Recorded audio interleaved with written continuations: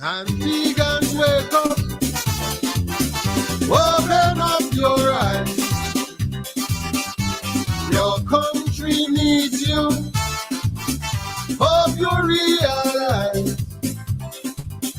our government is abusing its power and authority, and it is having adverse effects on the whole country.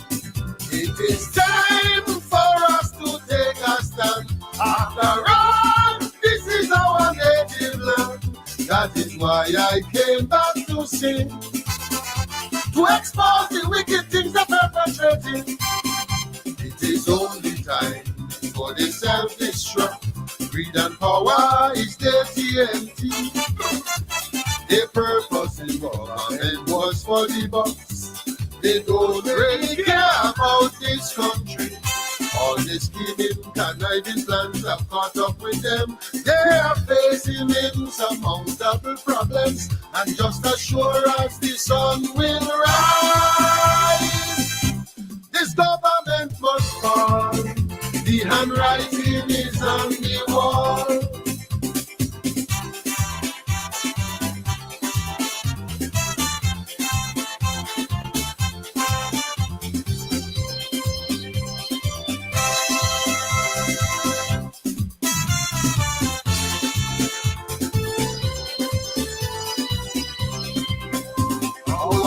Minister, I'm like a dictator. If with him you don't agree, you can't progress in your country. Our government has no respect for the business community.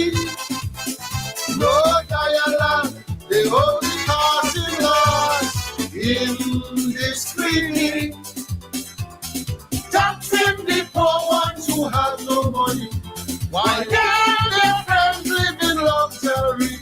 As a family and the Prime Minister and them young boys think they're on Antigua.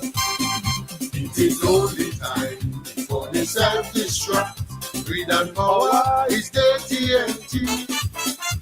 Their purpose in government was for the bucks. They don't really care about this country. All the scheming, conniving plans have caught up with them. They are facing insurmountable problems, and just as sure as the sun will rise, this government must fall. The handwriting is on the wall.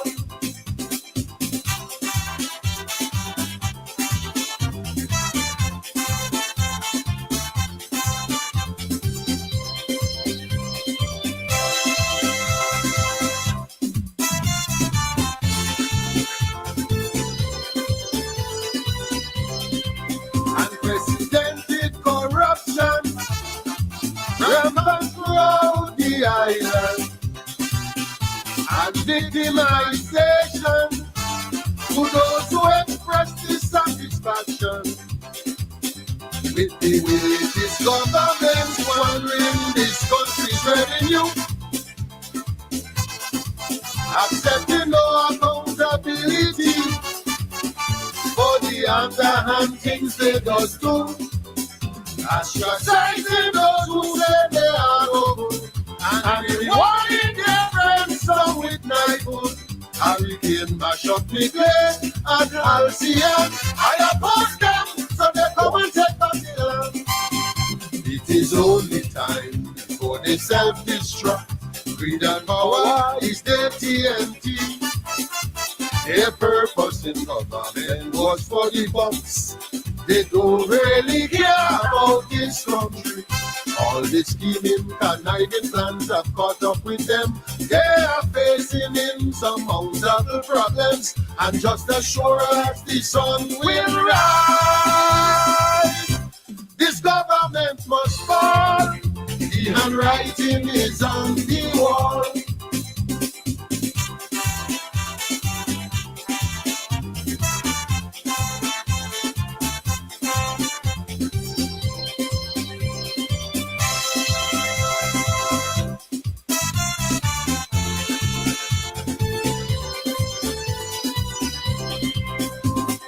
I am the boss.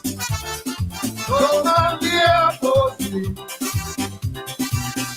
Ask God and Marshall.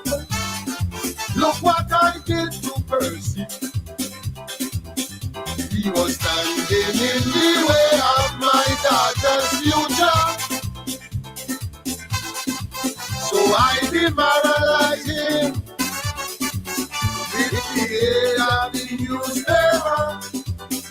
But the tolerate this man's mentality. Will my people be bought out by duty free?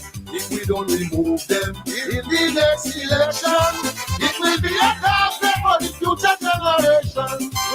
So I will leave them alone, let them self-destruct. Greed and power is their TNT. Their purpose in government was for the box. They don't really care about this country. All this scheming, conniving plans have caught up with them. They are facing insurmountable problems, and just as sure as the sun will rise, this government must fall. The handwriting is on the wall.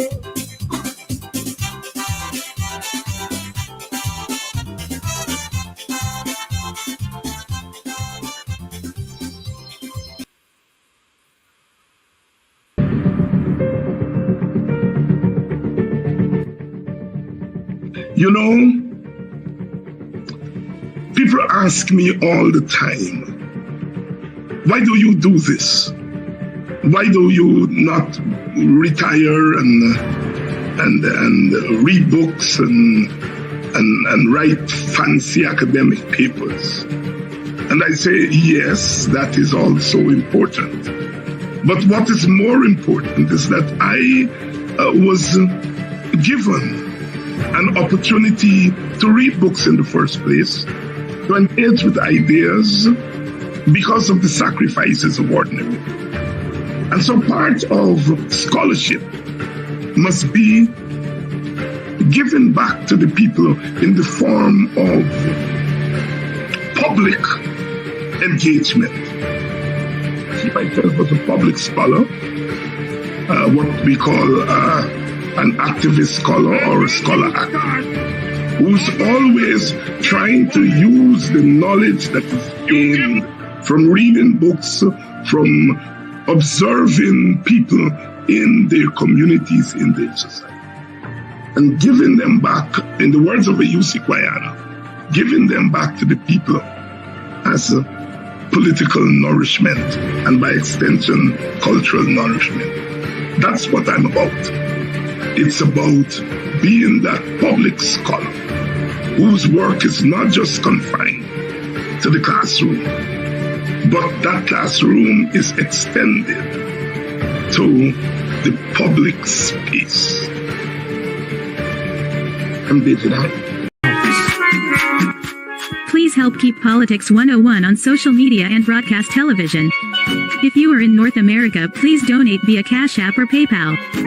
If you are in Guyana and the Caribbean and don't have access to Cash App and PayPal, email your pledge to dhines6106@aol.com and we will direct you how to get your donation to us. Thank you in advance for your donation.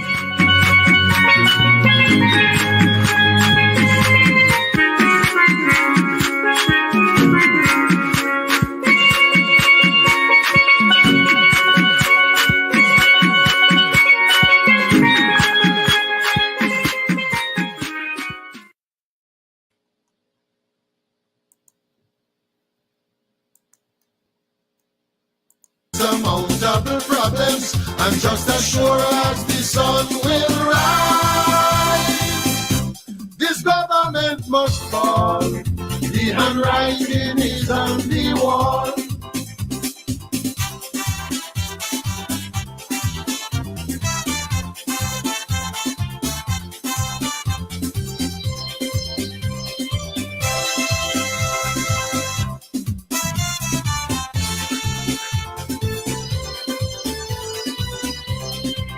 Unprecedented corruption rampant throughout the island, and victimization to those who express dissatisfaction with the way this government's squandering this country's revenue, accepting no accountability for the underhand things they does do, ostracizing those who say they are no good, and rewarding their friends some with knifewood. Hurricane mash up the place and Halcyon. I oppose them, so they come and take back the land. It is only time before they self-destruct. Greed and power is their TNT. Their purpose in government was for the bucks. They don't really care about this country. All the scheming, conniving plans have caught up with them. They are facing insurmountable problems, and just as sure as the sun will rise, this government must fall. The handwriting is on the wall.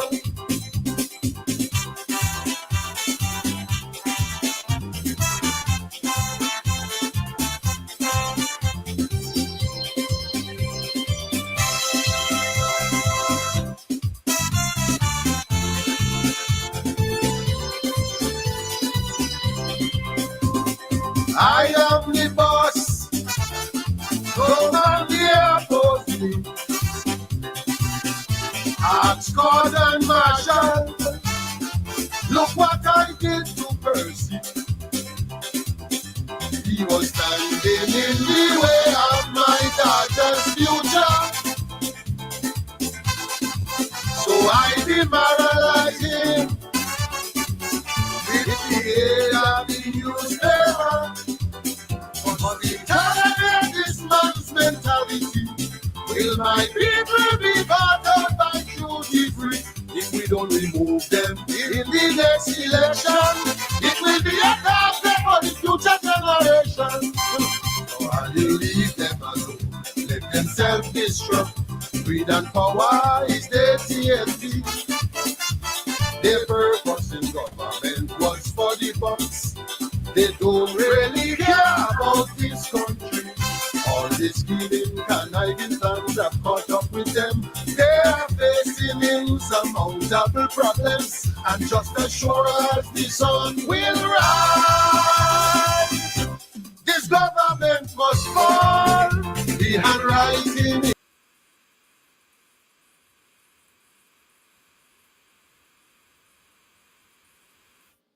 Yes, the handwriting is on the wall. This government must fall. This government must fall. Good evening to you. Early start this evening. The voice and the wisdom there of King Short Short out of Antigua. You could close your eye and think he's singing there about Guyana. There's similarity, so much similarity in our Caribbean political experience and cultural experience. That when the singers sing about one place, they really are singing about all of this. Government must fall. The handwriting is on the wall. The handwriting is on the wall. The handwriting is on the wall. And the next election has to be decisive, Please share the link and let everyone know we're on. We're on a little bit early because I have to skip away at 7:30, I think. 7:30. I will be on Globe Span tonight. We'll try to get the link on Politics 101 so you can follow the program. Emmanuel McLean, King Short Short, the handwriting is on the wall. The handwriting is on the wall. And as sure as the sun will rise, this government must fall. We have reached that point. We have reached that point where we have to call a spade a spade. We have to call a spade a spade. There are those like myself who believe ultimately,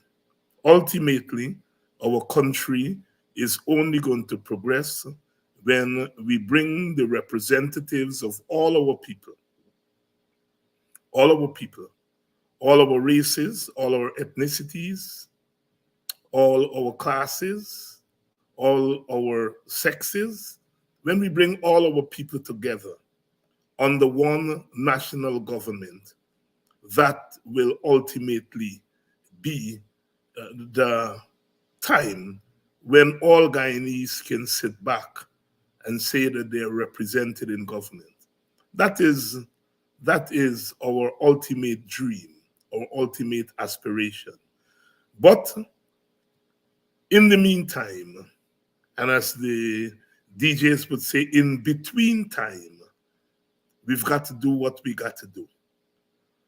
We've got to keep moving. We've got to keep moving. This government has to get out of the way.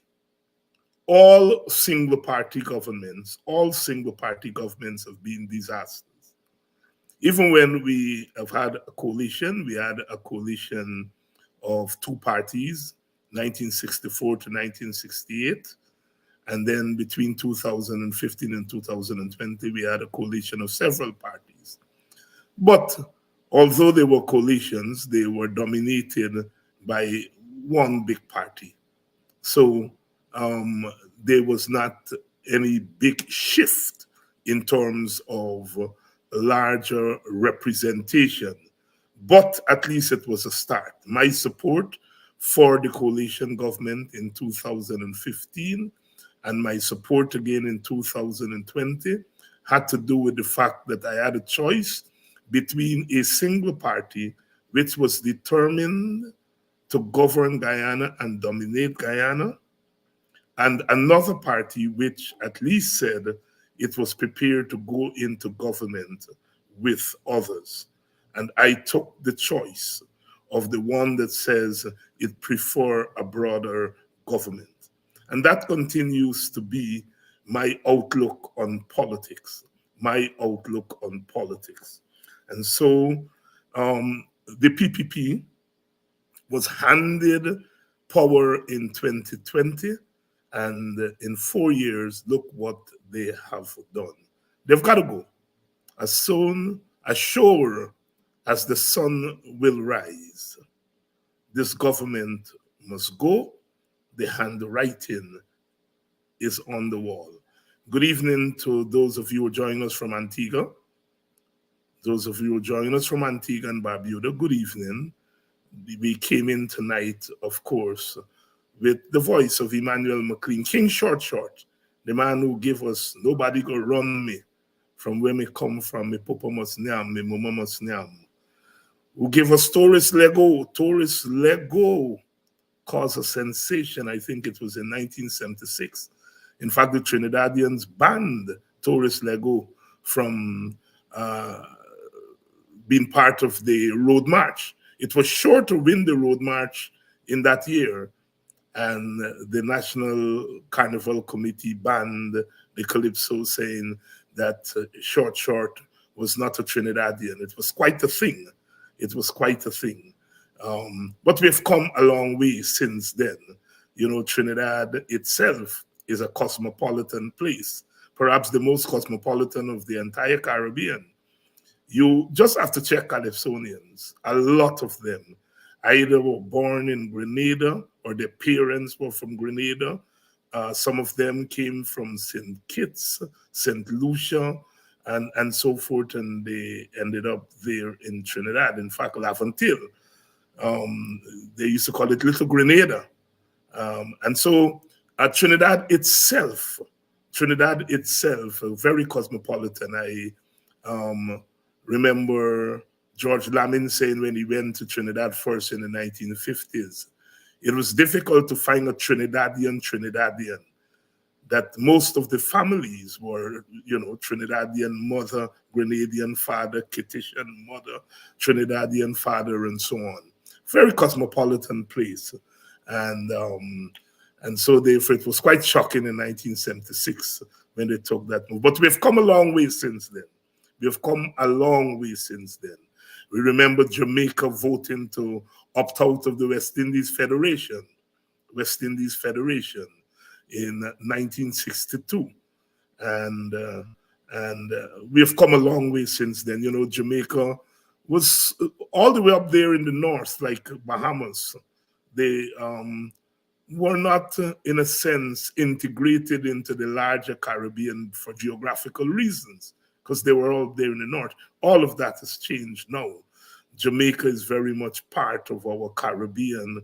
Bahamas, yes, to a large extent, but still, Bahamas look, for the most part, northwards. And I think one of the things about the Bahamas is that they don't play cricket. At least, they play cricket there. I've seen cricket played in the Bahamas, but they're not formally part of the West Indies. If they played cricket, then, it will bring them closer, as Jamaica over time became closer to the Caribbean. Belize, which is out there in Central America, the only English-speaking country in Central America, very much Caribbean in everything they do. But again, because of geographical considerations, they tend to be somewhat more Central American than they are Caribbean. But a lot of that has changed over time. Our Caribbean has become much closer. It's interesting because Guyana, which is not geographically in the Caribbean Sea, but nevertheless, culturally and politically, always Caribbean. Perhaps as my colleagues in the wider Caribbean would tell me, that you Guyanese are more Caribbean than the rest of us, in the sense that you didn't find the kind of parochialism in Guyana as you found in other parts of the region, and a little of that has changed now that Guyana has found oil, and there is a tendency sometimes to ask for revenge because of how Guyanese were treated in places like Barbados and Antigua and so on. But thank God, if you go to Antigua now, you go to Barbados, you go to St. Kitts, Guyanese are integrated in those countries, and they're very much part of those countries, very much part of those countries. And so good evening to all of you who are joining us from the wider Caribbean. Those of you who are joining us from in Guyana, good evening. Please share the link. We are on a little bit early, so I guess the larger crowd is going to join us in a couple of minutes.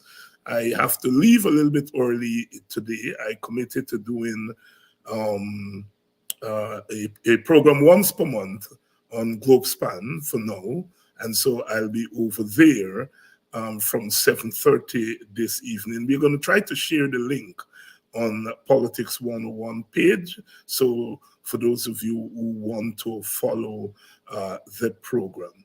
So the handwriting is on the wall. This government has to go. That has to be our resolve.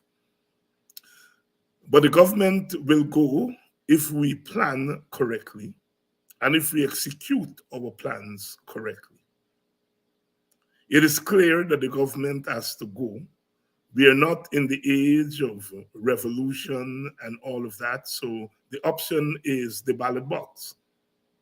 The option is the ballot box. The option is the democratic way.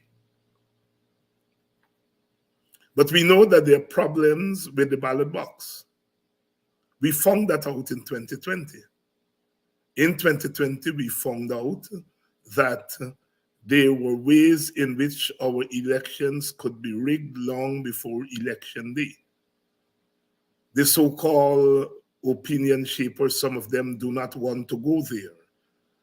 They want to make the problem, of rigging a partisan problem and an ethnic problem. But the problem of electoral rigging is a problem that is enshrined in the electoral architecture of our country. CARICOM said that, the CARICOM observers, which were quite friendly with the government and which contributed to the installation of the government, they nevertheless said that GCOM in the state that they found it in 2020 could not deliver credible elections.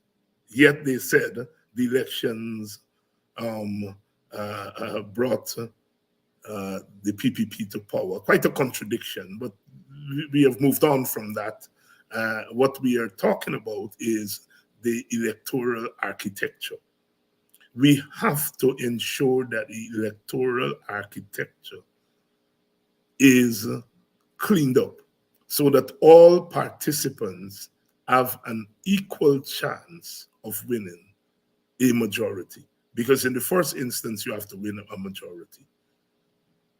The PPP is resisting all attempts to clean up the machinery. There are two big issues. There are other issues, but the two big issues is the question of the voters list and the question of voter impersonation. And we saw how the voters list bloated by some 200,000 names, 200,000 extra names are on that list. And how one can maneuver 5,000, 10,000, it takes 5,000 to win a seat. So if you can maneuver 5,000 votes, there you go. You have your majority there. And the PPP very skillfully did that in 2020. Very skillfully did it in 2020. And they were caught only after they accused the coalition of attempting to rig. And their charge, their accusation of the coalition of attempting to rig is what in the end skinned them up. So in their attempt to skin up the coalition, they end up skinning up themselves. And that is why it would have been interesting to have the elections petition heard. But they found ways and means to duck the petitions and to ensure that the petitions were not heard. Of course, on our side, it wasn't held because papers were turned in late, and the court used that technicality to throw out the petition. I did not agree with that decision. I did not agree with that court decision. I thought on a matter of election, something as important as elections, because elections determine who governs, and that something as important as election, the petition should not have been thrown out on those technical grounds of late filing of papers. I think the judge took a very conservative approach and stuck to the letter of the law rather than the spirit of the law. Had the judge taken into consideration the spirit of the law, then she could have allowed that petition to go forward. But she took a very conservative, a very minimalist reading of the law.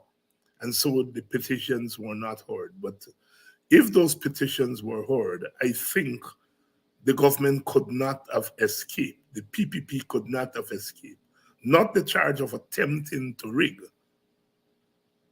but the charge of actual taking advantage of the inherent weaknesses of the electoral system to tamper with the election. And in an election that was as close as the one, then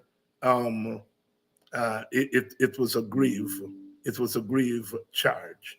And so as we move forward in the next election, we have to take care of those problems. If we don't take care of those problems, then we are in trouble.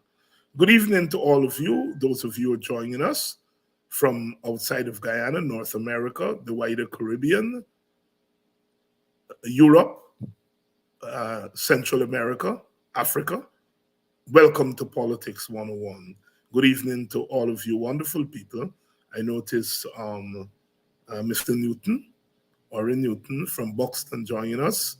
We would like to extend the condolences to the family of Rudolph Thomas, known to Buxtonians as Walkabout. Good friend, good friend, good friend. Very, very interesting guy. I had the opportunity of spending a lot of time with him in his company when I was last in Guyana last year, and it's difficult to take, you know. It's difficult to take. Always a very fit guy, you know, one of those guys who, what you call tough. He was a fight man, you know, short and but strong, and passed away. Walkabout. Rudolph Thomas, condolences to his family and his friends. Buxton frontman, he was a Buxton frontman. But you wouldn't know it because he wasn't the typical Buxton frontman. You know, we always say people at the front side are conservative, you know. They hear a noise outside at night, they don't open the window, they just pull the blind and peep out. As opposed to if you're from Bagdam side, or you're from central part of the village. But Walkabout was one of those front side banners, we said, that could have come from any part of the village. And to all his friends, you know, all his friends, Walkabout, Riders, you know, condolences. It's always difficult to lose someone. He wasn't sick. I understand he just complained of belly pain, and in a matter of days he was gone. We have to face the mortality. Welcome to Politics 101 tonight. Welcome to Politics 101 tonight. We are sounding the bell here that the handwriting is on the wall and this government has to go. For the good of Guyana. For the good of Guyana. At some point, as I said, my objective in politics is a national government. And I don't think you can have a national government without the representative of East Indians. And East Indians vote for the PPP, whether we like it or not. And ultimately, you know, we have to deal with the PPP, and East Indians have to deal with the PNC, because Black people, for the most part, vote for the PNC. And we have to come to grips at some point. We have to come to grips. Do you think that former PM, I think Miranda is asking me one of those questions there. Do you think that former PM Bruce Goldin was not fair in his comments about never? Who is Bruce Goldin? Since when Bruce Goldin becomes an authority? Bruce Goldin came to Guyana as they all came to Guyana. And they all do not understand the dynamics of Guyanese politics. I can say that to Bruce Goldin, Owen Hart, and the rest of them, and I have respect for them. Bruce Goldin is a former prime minister. But they do not understand Guyana. I go to conferences all the time in the Caribbean, and they're Caribbean scholars who teach about the Caribbean, but do not have an inkling about the complexities of Guyana and Guyanese politics. If you're from Jamaica, you don't have to deal with ethnic problems. Jamaica is a place that's 90-something% Black. And so when you're talking about ethnic politics and its dynamics, the Jamaicans don't have to deal with that.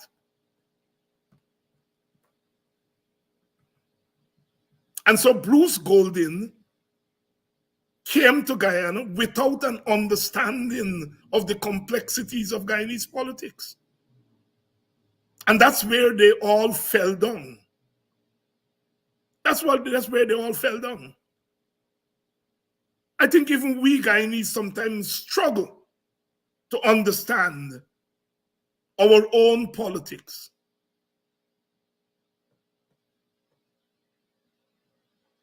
And you see, look, politicians are politicians. I heard the PPP saying after the elections, well, look, we won the elections because everyone said we won the elections. The external people said we won the elections, as this brown person is saying here. And the court said we won the election. But yet when the court today said to the very PPP that the teachers' money should not be deducted, that the teachers' strike was legitimate, they cost the court blue. And the very CARICOM that you are talking about, Bruce Golden and others, this government, PPP government, has no time for CARICOM. Never did. The PPP never took Guyana into the West Indian Federation because Dr. Jagan said that Indians would feel as a minority in a larger West Indian nation, a larger West Indian government. And for a long time, the PPP felt that CARICOM was a black people club. And because CARICOM signed off on them, in this installation, they're singing the praise of CARICOM, but I tell you, tomorrow, if CARICOM move another way, they'll cost CARICOM blue. The PPP is not an integrationist party. It is not. It is not an integrated. It has never been fulsome in its support of regional integration. It has never been fulsome. And I understand its reticence about Caribbean integration because it is representing East Indians who represent a large population in Trinidad, Guyana, and Suriname. And at one point, when Basilio Pandey was in office and the PPP was in office and there was an Indian-led government in Suriname, there was talk among the three about setting up a sub-regional group of the three of them. So the PPP has never been integrationist. If the PPP is integrationist, I challenge them now. Let us talk about a Caribbean vision for our development using our oil resources. What Chavez did for the Caribbean, let us do it in a structured and legal way. The PPP is not going to go there. Yes, they're going to have business people coming in from Trinidad, who are mostly Indo-Trinidadians. Yes, but that's the extent of their integration. They're going to play ball with Mia Motley and play ball with Ralph Gonzalez because, you know, Motley and Gonzalez and others are in that hustling mode, hustling a little aid there, hustling a little aid there. God bless them, you know. But we are saying that the evidence coming out of the boxes at the last elections is irrefutable. Boxes are not normally opened before an election is determined. They're not usually opened. And I remember saying, do not open those boxes. Leave those boxes alone. Oh my God, they cost me nasty, David Hines, including some of my own friends. Some of them don't talk to me up to today. David Hines against democracy. He says, oh, what? Broke up the boxes and all kind of foolishness. I was saying that if you open those boxes, you're opening a can of worms. And they open the boxes and they open a can of worms and they don't want to deal with the worms now.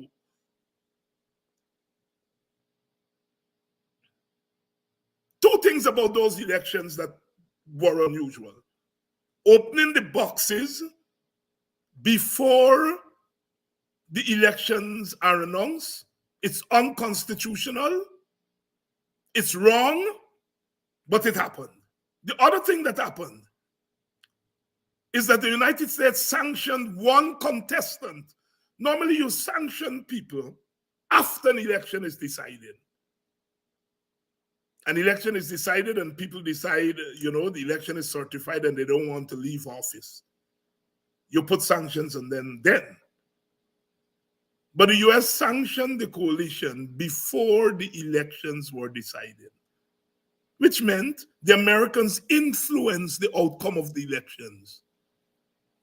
How can you refer to such an election as free and fair? I am mindful of the charge by the PPP that they saw an attempt to rig an election. They saw Mingo with a piece of cloth, and that Mingo's numbers did not correspond with their SOPs. Well, look, that is hardly on its face enough evidence. That matter needed to go before the court, as all elections are. If you see an attempt to rig an elections, you go to court in a petition. That did not happen. So we do not know whether Mingo's numbers and the PPP's numbers correspond. How do we know that the PPP's SOPs are real SOPs? Remember, in 2015, they found fake SOPs that the PPP attempted to duck in GCOM. And Mr. Lowenfield was able to detect the fake SOPs in 2015. Guyana has a rigging problem. It has a rigging problem. And it's not confined to one party. In the old days, it was confined to the PNC. Not that the other party didn't rig. The other party rigged, but they didn't rig enough to win. When you were in the back of Enterprise, I went to the back of Enterprise. There were two young people, 18, 19, the first time voting, and they went to the office there in Buxton, and they couldn't find their names at the place, brother and sister, 18, 19, and they couldn't find their names at the place of poll that they were directed to. And they wanted to vote. They were so proud that they were getting the chance to vote, and they came to the command center in Buxton. And they found that their names were down at a polling place in Enterprise. Nobody wanted to go in Enterprise. But I put the two young people in my car, and the late Ronald Willibus came with me. And we went and we took the young people all the way at the back of Enterprise. And when we found the polling place, it was a tent that they put up in a ball field at the back of Enterprise. When we got there, nothing was going on. Nobody was there voting. All that was in there was the presiding people and the PPP polling agent. The coalition didn't send the polling agent there because nobody wants to go in at the back of Enterprise and so on. And when I walk in there, they jump. One of them, I think, recognized me, and they jumped. The young people voted and so on. But what I'm saying, if you are there, the presiding officers are all PPP people. The polling agent, the PPP, you do what you want with that box. And that has always been so. From the 1960s come right through. In the Indian areas where the PNC can't get black people to go for fear of their safety and so on, they do what they want with those boxes. And I assume the same happened in black communities, that the PPP couldn't find Indians to go into. Rigging is a problem. And at the last election,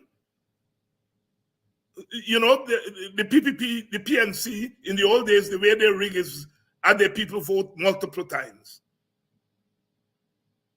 Had their people vote multiple times. There was not one charge of that in 2020. And I can say without anybody pointing a finger, it didn't happen in the area that I worked in on election. There was no multiple voting. In fact, I will tell you a story. Somebody from my village went to vote for their mother, proxy vote, and they didn't have the proper documentation. And the black Bostonian woman said, well, you don't have the proper documentation and you can't vote for your mother. You go home and get the proper documentation and come back. And the word went around that, you know, this young lady was walking against the coalition and she didn't want people to vote and so on.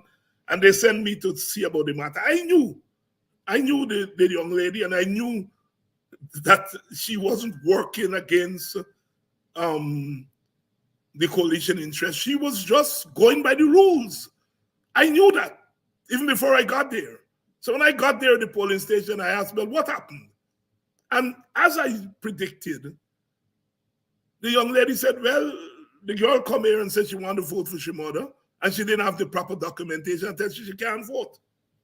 That happened in Buxton, in a black area, where someone from the village who is a supporter of the coalition, but on that day, she was working as an agent of GCOM, and she refused to allow wrongdoing. When I got there and she explained it to me, I shook my head and I said, just as I expected, and I was able to calm the crowd down and to say, well, you know, she's doing her job. She's not engaging in rigging. And they, you know, they listened to me and so on, and I think the young lady went home and got the proper documentation that she needed and came back and was able to vote, you know. The young lady wasn't attempting to beat the system. She didn't have the documents, and she felt that, you know, she should not be sent home to get the document to come back. Why they can't allow her to vote? But the girl tell her, no, the rules is the rules. Go home and get the document and come back. So neither of them was wrong. The one wasn't trying to beat the system. She was saying, well, send me back, man. Let me vote now. And the other lady said, no, the rules say that you have to have this documentation. I am telling you that I saw that in my village in Buxton. So when people talk about rigging election and so on, there are those stories that are not being told. There are those stories that are not being told. And I've told the story here many times of being in Monrepo, one of the areas where the 47 boxes had no documentation. And Brother Nandlal was there with a young man that was caught impersonating another voter. And Nandlal pleaded with me to say, talk to the PNC people, man, and let me settle this thing. He didn't deny that the young man was engaged in skullduggery. He said, you know, this is a matter can be settled between the two parties. And I was passing, going in to carry a polling agent down at the back of Monrepo, and they stopped my car. I didn't want to come out because it was a big crowd there in Monrepo. And the security guys who were there didn't want me to go out, but I insisted on going out, and I went out, and Nandlal lay story to me. And I said, well, you know, Nandlal, that is not a matter for me to intervene with. This is not a matter between the two parties. This is a matter of wrong and right. And I left and went away. The point I am making is that our election machinery is porous and it can be manipulated. That Bruce Golding doesn't know that. Bruce Golding doesn't know that at the back of Enterprise in a ball field, there's a tent at the back there. And in that tent, there is no opposition agent, because no opposition, you can't find young black people to go into Enterprise at the back there in the middle of the day, much less in the afternoon. And that those people are there, they're all PPP people, and they do what they want with the boxes. Bruce Golding doesn't know that. He doesn't know that.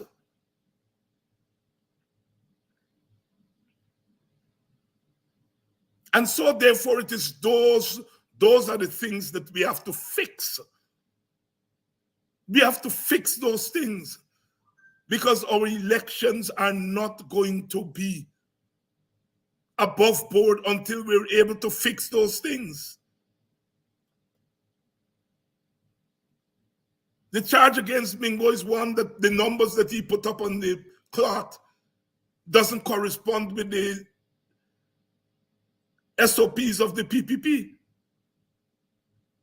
But take the matter to the court and let the court decide that. Don't leave that for GCOM to decide. GCOM decide that it will rectify the matter by opening the boxes. And in opening the boxes, it went from the frying pan into the fire, all house pan all house. And those who were talking about elections rigging, they can't face that fact. They cannot face that fact that the elections in 2020, they rigged the hell out of that election. Some of the rigging is clear because they opened the boxes. Some are not so clear. And what GCOM should have done is to say, all right, this matter didn't go before the court, but as GCOM, let us investigate, do our own assessment. Do our own assessment. GCOM has not done that to this day. So there we are, sisters and brothers. The election machinery has to be cleaned. If the elections machinery are not clean, you're forcing parties to enter an election in which the system is rigged against them. And as they did in the local government elections, they will be forced to enter the elections. But they're going into those elections already knowing that the chances of winning squarely are somewhat dimmed. And that does not spell well for the outcome of the elections. Because people are challenging the outcome of the election before it starts. And that's where the instability comes in. We talk about 5 months in 2020. If we go into an election with a messed up system, it won't be 5 months this time. It will be more than 5 months. And it won't be 5 months of back and forth. It'll be 5 months of potential disaster. That's what we are looking at. If we don't want 5 months to reoccur, fix the system before the election. Or else you're going to have a 5-month syndrome again, and it's going to be worse than it was the last time. Just my prediction. Just my prediction. So there we are. It's that time. I gotta go. I'll see you all tomorrow. Tomorrow, I think I have Dr. Jeffrey on tomorrow. We have Dr. Jeffrey on tomorrow. Yes, Dr. Jeffrey on tomorrow. So I gotta go. I'll be on GloveSpan tonight. I am going to share the link on our page, Politics 101, and you can join me there. So again, thank you all for coming through tonight. And as we said at the beginning, the handwriting is on the wall. As sure as the sun will rise, this government must fall. It has to go for the good of Guyana. It has to go for the good of Guyana. See you all tomorrow. And those of you who are going to join GloveSpan, I'll see you all later.